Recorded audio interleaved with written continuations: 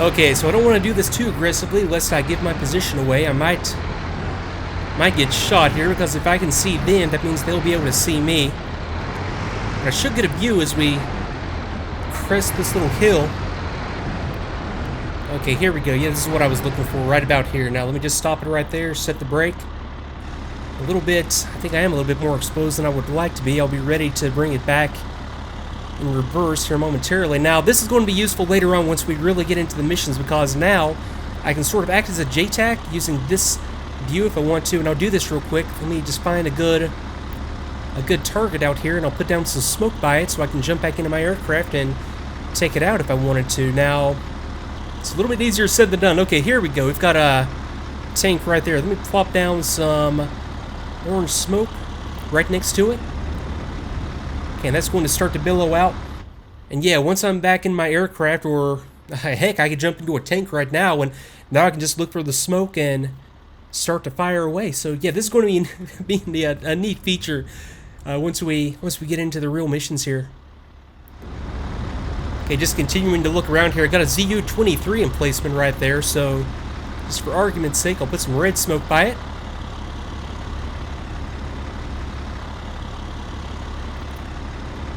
So let me see, I have an IR view I can go to, which is, well, I don't know, that could be a little bit useful once we get into some night missions, if that happens. I've got, see, N for NVGs.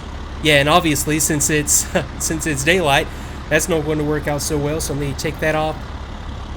And I've got, let me see, laser and IR pointer. I can set a laser code. Yeah, just all your JTAC functions you can do from right here. Okay, back to the F-10 view. Let me just check on things in general. And what is my flight doing? They are, let me go to the external real quick.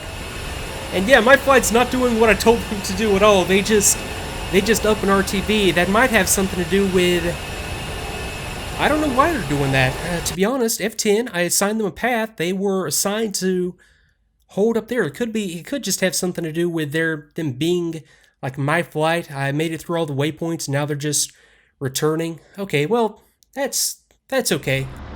I'm not going to worry about that. I'll land the next one. Now that I know that it's not a surefire deal that's going to work in that way. So, okay, let me come back up here to the F-10 view.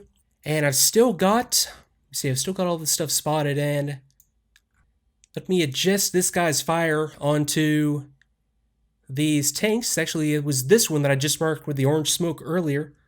So I'll have them start, and after, I can't remember if it's 1 or 2 minutes after you give them the assignment to go for a new target, that they start to open up. But yeah, that's what I'll have going on there.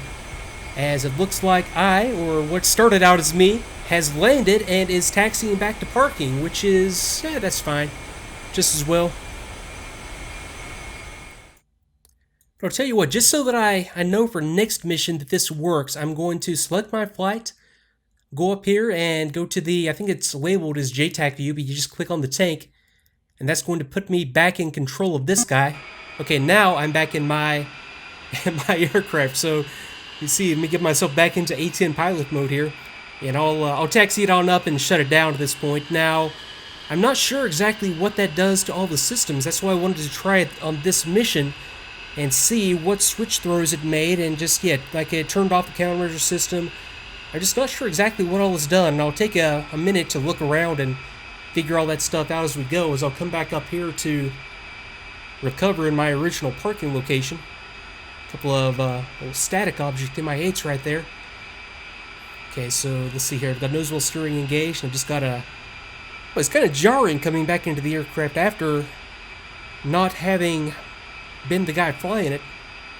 I'll just continue up here. I'll actually use the lead-in lines this time, or the taxiway lines that go to the lead-in lines, which are right up here. Okay, now I don't want to park myself, and this is something that, I don't know, it's sort of beyond the scope of what we really do here in flight sims, but I don't want to park the aircraft with the gun or any other forward-firing munitions pointing at anything that, well, is worth not pointing at. So a trick that you can use if you're ever in a position to lay out an airfield is to park aircraft at sort of a 45-degree angle, just sort of well, obviously away from all the build-up areas, just 45-degree angle, and that's also going to give the benefit of, like, if I had pointed straight in this direction, then any aircraft that comes in and parks in the opposite spot, then we're going to be facing each other. Park at 45, and you can kind of adjust things so that you're never actually parking at other aircraft, even if you do have a full ramp. Just a little bit of GWIS information that, well, it's stuff that I think about. It used to be my job to think about it, but now it's just thought about for fun. So anyway, at this point, I would have been marshaled in right then. I would have had all the equipment right here to the right and left. The crew chief out there ready to chalk me. He would have chalked me once, done a quick check of the tires, just making sure that there's no obvious damage, or red cord is one of the things, or any of the obvious deep cuts. Red cord being just a wear indicator on the tires. Then the crew chief would unchalk me. I would do a rollover just so that the crew chief can check the part of the tire that was, well, contacting the ground on that check, so rollover check. Then he would chalk me, and then I would go into the shutdown. So, okay, let's go and cage up our standby ADI. If I can remember how to do that, that is... Okay, yeah, left click to pull it out, and then mouse wheel to rotate it to the cage position.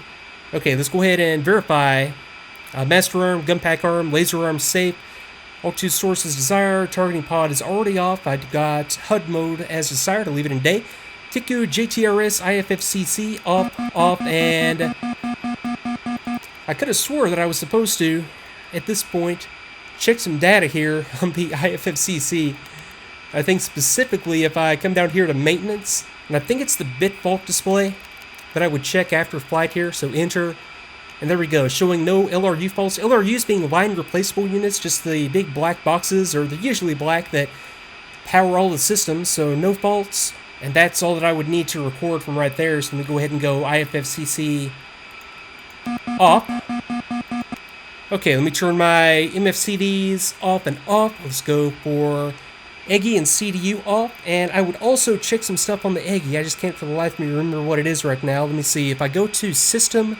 And I think from right here, what I would do is I would command I would command it to save all the information to the DDC, the data transfer cartridge. I think it's through, yeah, there we go. Go to the second page, then DTS, and this will be DTS download to save all the information to the DDC, just in case I need it for the debrief. Okay, so that part's done. I can do CDU and EGI off, and of course I'm going to get these recurring master cautions as all this stuff comes off. Okay, Tizzle, I had that cage previously, that's already to off, seat full up, and that's just a courtesy to the crew chief or any egress troops that need to come in and either do maintenance on, or minor maintenance on the seat with it installed, or look for something that I dropped in the cockpit. God forbid a pilot should drop something in the cockpit, right? But usually it kind of ends up under the seat. Okay, so that's 5 minutes at idle. Let me go ahead and go left throttle off. I can go ahead and get the canopy up at this time as well. Okay, then flight controls check after my left system has bled off, and that's going to take a couple more seconds here, so stand by on that for a little bit. So yeah, I'll accelerate that a little bit. I think it would have sort of bled down on its own, but I'm going to just basically stir the controls here just so that the hydraulic pressure that was built up does bleed off. Okay, then let's go right engine off. And that just killed the generators and removed power from any additional systems. Everything at this point is running off of the battery. In fact, I can go inverter to off, and I can go battery switch off at this point to kill everything else.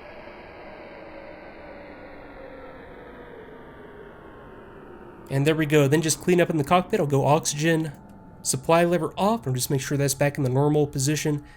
And at that point, just deploy the boarding ladder so that I can get out of the aircraft comfortably. And that's all there was to it, except for, let me see, I know a lot of the stuff was left on. I think it's just sort of taken for granted that some of this stuff gets turned off. So I'll turn all three of the radios off, and I'll just make a quick sweep around for anything else that I turned on that I need to turn back off. And I think that, in fact, is going to do it.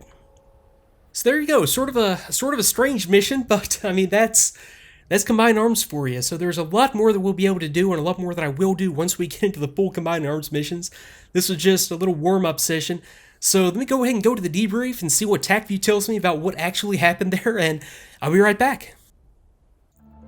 Alright, and for the debrief, really not much to go over. We started off with a couple of Sukhoi 25s up in the air, and just to give you the overall broad picture, which you saw in real time throughout this entire thing, we had E3 AWACS coverage, I had the Carl Vinson carrier group out here, and it was just me as far as units that I could really control in the air, and I had all these units. I have an artillery battle going on right there that was just set to kick off at the beginning of the mission. Then I start to take control of some of the stuff up here and do my own thing. But okay, through the startup, I get airborne. Now I had these Sukhoi 25s making a run on the carrier group, and I was able to pick up on that amazingly, just based off of AWACS calls.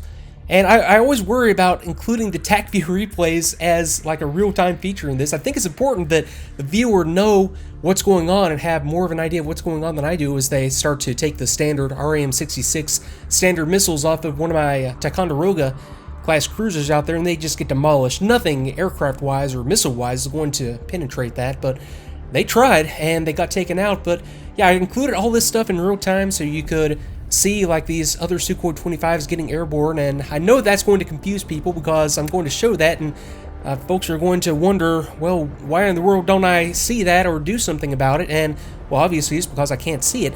And I was trying to infer, and I think I this time did a pretty good job. Granted, there wasn't much going on inferring what was going on based on AWACS calls and calls off the wingman, and based on just what I could see from the cockpit. So that's yeah, that's something I'll have to work to, maybe in the description, or maybe I'll start to mention it in the commentary a little bit more often, that I am limited on situational awareness. Now I start to get artillery going in on some of these positions. I didn't have to, all I had to do was fly the mission, but I wanted especially to make sure that a lot of the combined arms features that I think work the way that I think they do. Like, for example, switching back and forth to ground units and then back to my aircraft, something that was always a little bit twitchy and a little bit fussy in combined arms before, seemed to work very, very well. Although I did not figure out why it RTB'd on me right there, or what I have to do to get my flight to just follow my directions and hold. I need to work on that a little bit more, but I'll figure that out. I have to figure that out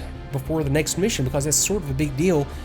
I think other than that, yeah, that went pretty much as well as I thought it could go. As far as controlling different aspects of the mission, it will be a lot more complicated, and there will be a lot more going on in the next mission, that's for sure, as the second group of Sukhois tried to make a run on the carrier. That's not going to go well for them at all. But I think I'll have everything figured out that I need to figure out in order to make this next mission work, and I think these are going to be a lot more complex from here on out. So I'll tell you what, I'll call this one good until then. So thanks again for watching. I hope you enjoyed it, and I'll see you next time.